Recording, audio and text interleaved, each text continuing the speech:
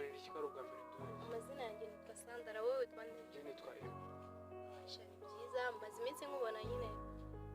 mbona yese karo bwa mbere duhuye nyine njyewe ndi mushyashya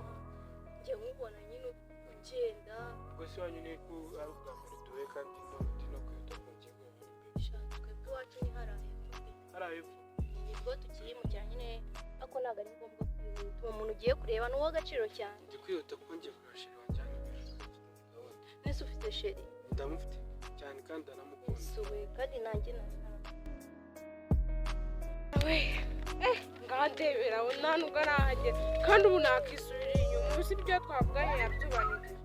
si umuhamagarira ubundi ubu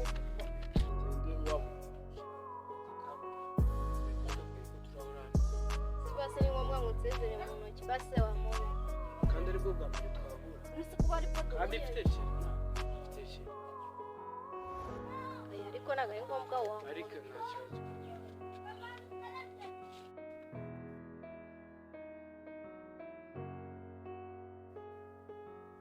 yesu wedere sheri wanjye mana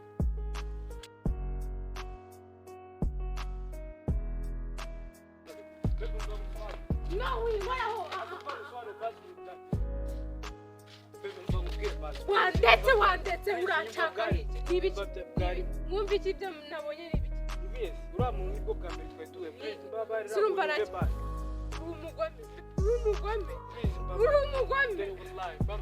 ntawe nshaka kukumva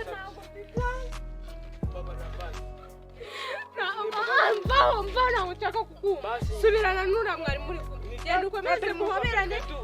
nibwo bwa mbere mwari muhuriye hariya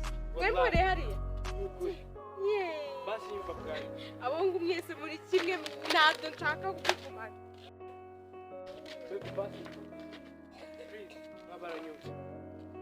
nicyo utambwiye ushaka kumbwira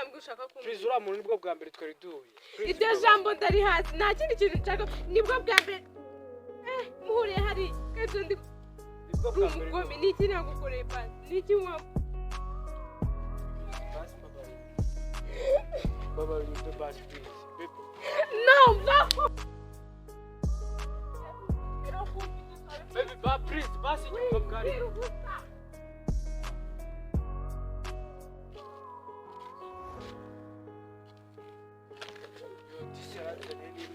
shaka umunsi nawe n'ibyago cya gikobwa mu gikina twe ni nawe